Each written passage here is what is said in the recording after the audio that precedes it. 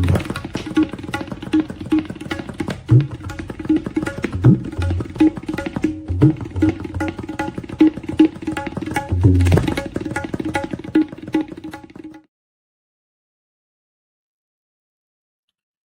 नमस्कार, स्वागत है आप सभी का आप ही के अपने इस मंच पर जिसका नाम है मयूर जानी ऑफिशियल। छोटा सा वीडियो रहेगा ये। आप सबसे गुजारिश है कि इस वीडियो के अंत तक हमारे साथ जुड़े रहें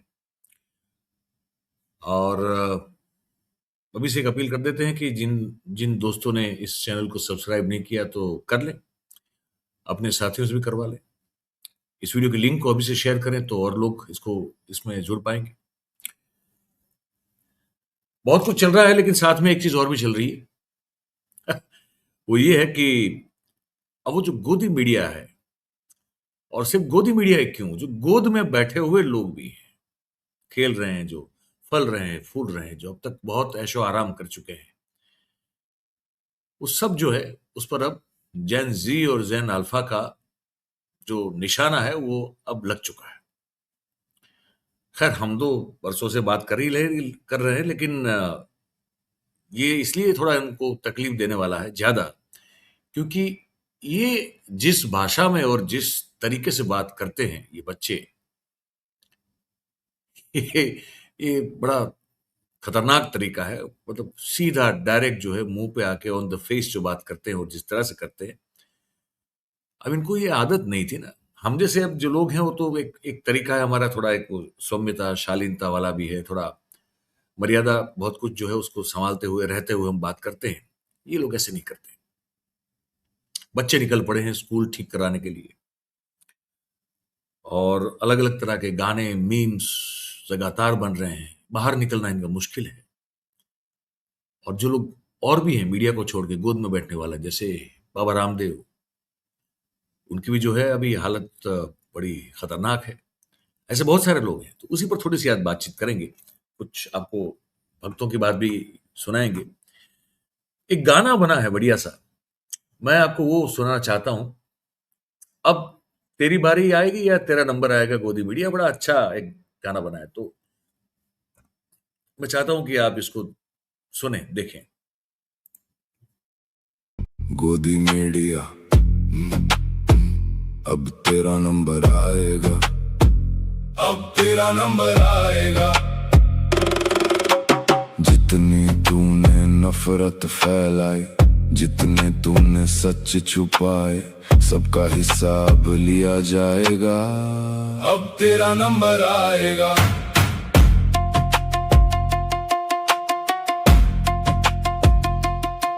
प्राइम टाइम में जो जहर परोसा, झूठ को सच बना कर बेचा, हर सवाल दबाया तूने, हर सच से नाता तोड़ा।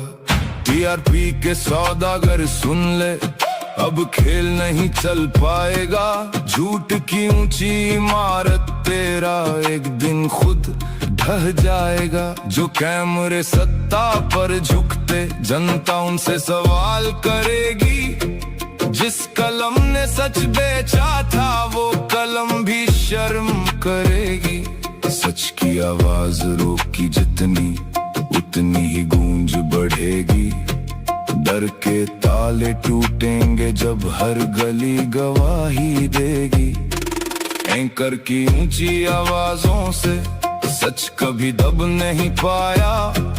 इतिहास ने हर दौर में झूठ को आखिर हराया। नफरत के कारोबारियों अब जनता पहचान गई। जिसे समझा था भीड़ तुमने, वो अब जागी जान गई। ये बदले की बात नहीं है, ये बस जवाब का वक्त है। जो जनता से मुंह मोड़ोगे, फिर जनता ही फैसला करेगी। गोदी मीडिया, अब तेरा नंबर आएगा, अब तेरा नंबर आएगा। जितनी तूने नफरत फैलाई, जितने तूने सच छुपाए, सबका हिसाब लिया जाएगा। अब तेरा नंबर आएगा। सब्सक्राइब कर अब तेरा नंबर आएगा। ये एक मुहिम चल रही है ना? और हम क्रेडिट जरूर से देना चाहेंगे, हालांकि हमने बिल्कुल वो नाम भी जो है दिखाया जिस हैंडल से ये पोस्ट किया गया है। तो साभार, आप क्रेडिट देते हुए ये गाना हमने चलाया। उम्मीद करते हैं कि इस पर कोई कॉपीराइट न लगे, क्योंकि ये जो संदेश है वो ज्यादा से ज्यादा लोगों तक पहुंचाने की कोशिश में ये हमने दिखाया है। तो नंबर तो आएगा भाई साहब, अब तेरा नंबर भी आएगा, ये कहा जा रहा है। और कैसे कैसे लोगों का नंबर आएगा, मुझे लगता है कि जैसे कि एक ये है, ये बिहार के डिप्टी सीएम बताए जाते हैं, है ना? क्या कह रहे हैं सुनिए इसको। अब इनका नंबर ना आए तो बताइए किसका है। क्या कह रही है, सुनिए। कि हम बिहार को, देश को इतना स्वस्थ बना दें कि मेडिकल कॉलेज और अस्पताल बंद करने के कगार पर पहुंच जाए। ये संकल्प ले सकते हैं। बताइए, बिहार में से अस्पताल को हम बंद करना चाहते हैं, मतलब जरूरत ही ना पड़े, इतना स्वस्थ समाज बनाए। ये मानव जाति की हिस्ट्री में कभी हुआ है क्या? ये कौन सा ऐसा संकल्प क्यों लेते हो भाई साहब, जो कभी पूरे ही नहीं होते? ये आपकी आदत है, ये आपके आका की आदत है, ये क्या हो रहा है? ये क्यों कर रहे हो ये सब? संकल्प ऐसे लेना कि जो कभी पूरे हो ही नहीं, और उस संकल्प के पीछे जो है लगातार देश को जो है वो दौड़ाते रहना। तो मैं ये मानता हूं कि नंबर तो इनका भी आएगा, ठीक है। नंबर ऐसे भक्तों का भी आएगा, जैसे देखिए यहाँ पे है, वंदे मातरम को लेकर भैया जो है लोगों में जो मतलब वो एक क्या भक्तों में वो आ गया है कि वंदे मातरम जो नहीं गाएगा वो तो गद्दार आदमी है देश का। अब उनको बोलो गा के दिखाओ। एक स्टैंजा नहीं गा सकते, पता है, लेकिन अगर कोई और नहीं गा पाएगा तो वो कौन है? गद्दार। तो इनका नंबर भी आएगा, देखिए। क्या नहीं बोलेगा? वंदे मातरम। हाँ? वंदे मातरम क्या जो वंदे मातरम नहीं बोलेगा क्या है वो? देशद्रोही है। देशद्रोही है। हाँ बिल्कुल तो नहीं बोलेगा, बिल्कुल। आपको लगता है? हाँ बिल्कुल तो वंदे मातरम बोलना चाहिए। बिल्कुल बोलना चाहिए। तो आप चलिए आप बता दीजिए, आप गा दीजिए वंदे मातरम, 4 लाइनें गा दीजिए वंदे मातरम की। मेरे याद नहीं है। हाँ? याद नहीं है। आपको याद नहीं? अभी तो आप कह रहे हो कि जो वंदे मातरम नहीं गाएगा वो देशद्रोही है। बिल्कुल आपको नहीं याद वंदे मातरम? बिल्कुल 2 लाइनें गा दीजिए वंदे मातरम नहीं की। याद है तो नहीं है। अच्छा 1 लाइन गा दीजिए आप, 1 लाइन। याद नहीं है भैया एक भी। अरे 1 लाइन गा दीजिए। अरे नहीं है। वंदे मातरम सुजलाम सुफलाम नहीं, मलयज जब याद नहीं है तो शीतलाम। इसमें कहने का क्या है? आपको नहीं याद है? हमको नहीं याद, लेकिन जो नहीं गाएगा वो देशद्रोही है, वो गद्दार है, तो इसका नंबर भी जरूर आएगा। वंदे मातरम को लेकर जो एक खामखा की कंट्रोवर्सी खड़ा करने की कोशिश की गई कांग्रेस को लेकर, उस पर उनके जो प्रेसिडेंट है खड़गे, उन्होंने एक बड़ा सही जवाब दिया है। मुझे लगता है कि जब आपको ये दिखा रहे हैं तो वो भी हमको दिखाना चाहिए कि वो क्या कह रहे हैं। खड़गे पर जो आरोप लगे, कांग्रेस पर जो लगे, उस दिन 15 अगस्त के दिन वो उन्होंने जवाब दिया है, सुनिए इसको।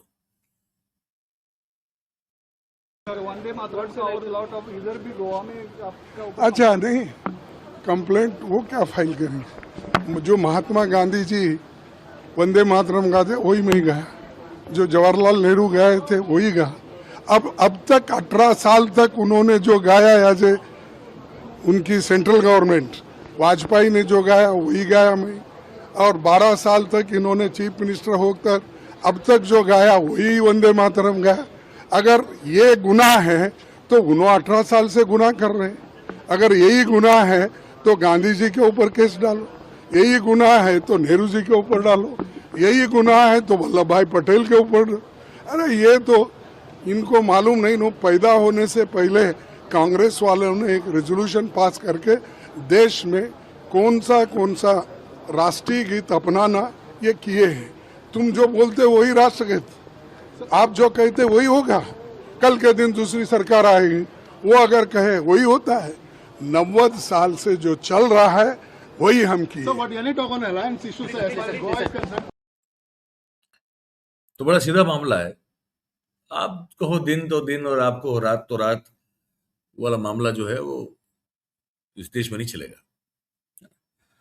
और बच्चे भी कह रहे हैं ये, अब छोटे-छोटे बच्चे, आजमगढ़ की कॉलेज की बच्चियाँ जो हैं, अब उनकी अपनी माँगें हैं, उत्तर प्रदेश के आजमगढ़ की बात कर रहे हैं। उनकी अपनी माँगें हैं। अब बताइए उनको धमकाया जा रहा है कि अगर तुमने आवाज़ निकाली, आंदोलन किया, प्रोटेस्ट किया, माँगें रखी, ठीक नहीं होगा। लेकिन ये जनरेशन जो है आपसे दबने वाली नहीं है। दिखाते हैं आपको क्या कहा बच्चियों ने। अभी अभी से कर रही है सर अभी नहीं कर रही नाम बताया रीमा नहीं वो नहीं है कि तुम लोगों को इसी पढ़ना है चिल्लाओ नहीं नाम क्या फिर से बोलो रीमा पांडे यही पढ़ाती है हम लोग किसी भी चीज के लिए आवाज उठाते हैं हम लोग बोले तुम लोग पैसा बना रहे हैं फीस के लिए इतना पैसा ले रहे हैं और छोटा सा साइन कर रहे हैं बोलने फीस के लिए कैसा पैसा लिया जा रहा है? अरे सर फीस ले रहे लोग महीने का 6 महीने का फीस लिया उससे 812 रुपए एडमिशन करवाए फॉर्म लिए 650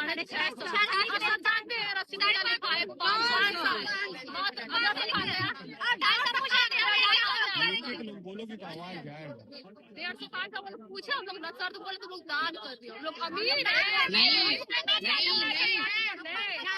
कम्युनिटी में। तो भाई नंबर तो अब सबका आने वाला है। ये आपको अब ये जनरेशन जो है ये आपको ऐसे ही सेफ पैसेज देके नहीं जाने दे, वो जाने नहीं देगी आपको, ये तय है। और ये एक और मामला दिखा देते हैं एक जो अब देखिए परिवार में जो है फूफा और भतीजे के बीच में अगर कुछ मामला गड़बड़ा जाए तो क्या कहेंगे आप? मतलब कि परिवार ठीक नहीं है ना। अब बाबा रामदेव और कंगना रनौत एक ही तो परिवार के हैं और तो कौन है। अब कंगना पर जो है बाबा को अब जैन जी बड़ी अच्छी लगती है। जैन जी जो है उनके साथ रिश्ता बना के रखना है तो कंगना जाए भाड़ में, क्या फर्क पड़ता है। मैं नहीं कहता, बाबा कह रहा है, सुनिए इसको। कि ये गटर जनरेशन है और उनका क्वालिफिकेशन क्या है जिनका आप नाम सांसद हैं और उनका बचपन कैसा रहा है, उनकी जवानी कैसी रही है, उनके पहले के कारनामे कैसे रहे हैं। मैं ऐसे लोगों के बारे में बात नहीं करना चाहता। ऐसे किसी भी देश के जवान को जंजीज को गटर पटर बोलना ये बिगड़े हुए दिमाग की निशानी है, गलत बात है। इसके ऊपर जो है उनकी पार्टी के लोगों को संज्ञान लेना चाहिए। और लेकिन वो आपके योग की प्रशंसक रही हैं, खुद को सनातन कोई मेरी प्रशंसा करे, योग की प्रशंसा करे तो मैं उनके गुनाहों को यहाँ पर लिपापोती कर दूं। लेकिन वो कहती हैं कि ये जनरेशन जो है, कंगना कहती हैं ये नशे में लिप्त है। अरे भाई आप दूसरी बात करो ना, कहा आप कहाँ फंस गए? आपको उनसे बहुत ज्यादा प्रेम है तो वहां जाकर के उनसे बात कीजिए। स्वामी जी के संदेश की बात कर रहा हूं। छोड़ो ना। ठीक। बाबा परेशान हो गए 55 सेकंड में, 60 या 55 सेकंड में बाबा इतने परेशान हुए भैया कि पूछो मत। कहा कि यार तुम और कुछ करो यार, वो दिमागी रूप से जो है वो पैदल है। मोदी जी की भाषा में अगर कहें तो दिमागी नक्सल है। बाबा ने तो कंगना को नक्सल कह दिया, बताइए दिमागी। अब मोदी जी क्या करेंगे? बाबा तो बहुत पैसे छाप चुके हैं मोदी जी के राज में। हम सबको गाजर दिखाया था कि पेट्रोल 35 रुपए हो जाएगा, काला धन सब वापस आ जाएगा। उसी आधार पर शायद मोदी जी ने बोल दिया था कि 15-15 लाख हमारी जेब में, हमारे अकाउंट में आ जाएंगे। ये वही बाबा है, आप जानते हैं, है ना। बाबा रामदेव लाला रामदेव बन चुके हैं, लेकिन अब वो कंगना को जो है वो दिमागी नक्सल कह रहे हैं, क्योंकि उनको भी पता है कि अगर ठीक नहीं चले तो उनका भी नंबर आएगा। सिर्फ गोदी मीडिया नहीं, सबका आएगा। तो बस आज तो ये बताना था, छोटा सा वीडियो है। आपसे उम्मीद है कि इस पर आप अपनी राय हमको लिख के कमेंट के जरिए जरूर से भेजें। इस वीडियो को आप लाइक करें, इसके लिंक को शेयर करें, चैनल को सब्सक्राइब करें, अपने साथियों से करवाएं। और हमें आर्थिक सहयोग की जरूरत है दोस्तों। आप ये ज्वाइन वाला बटन भी दबा सकते हैं। नीचे जो स्क्रॉल चल रहा है उसमें जानकारी है यूपीआई की, वो भी जो है इस्तेमाल करते हुए आप हमें आर्थिक सहयोग भेज सकते हैं। जितना जब चाहें और जितना चाहें, जैसे चाहें भेजें, पर आपसे अपील है कि भेजें जरूर, हमें उसकी जरूरत है। तो आज इस बातचीत को हम यहीं समाप्त करेंगे।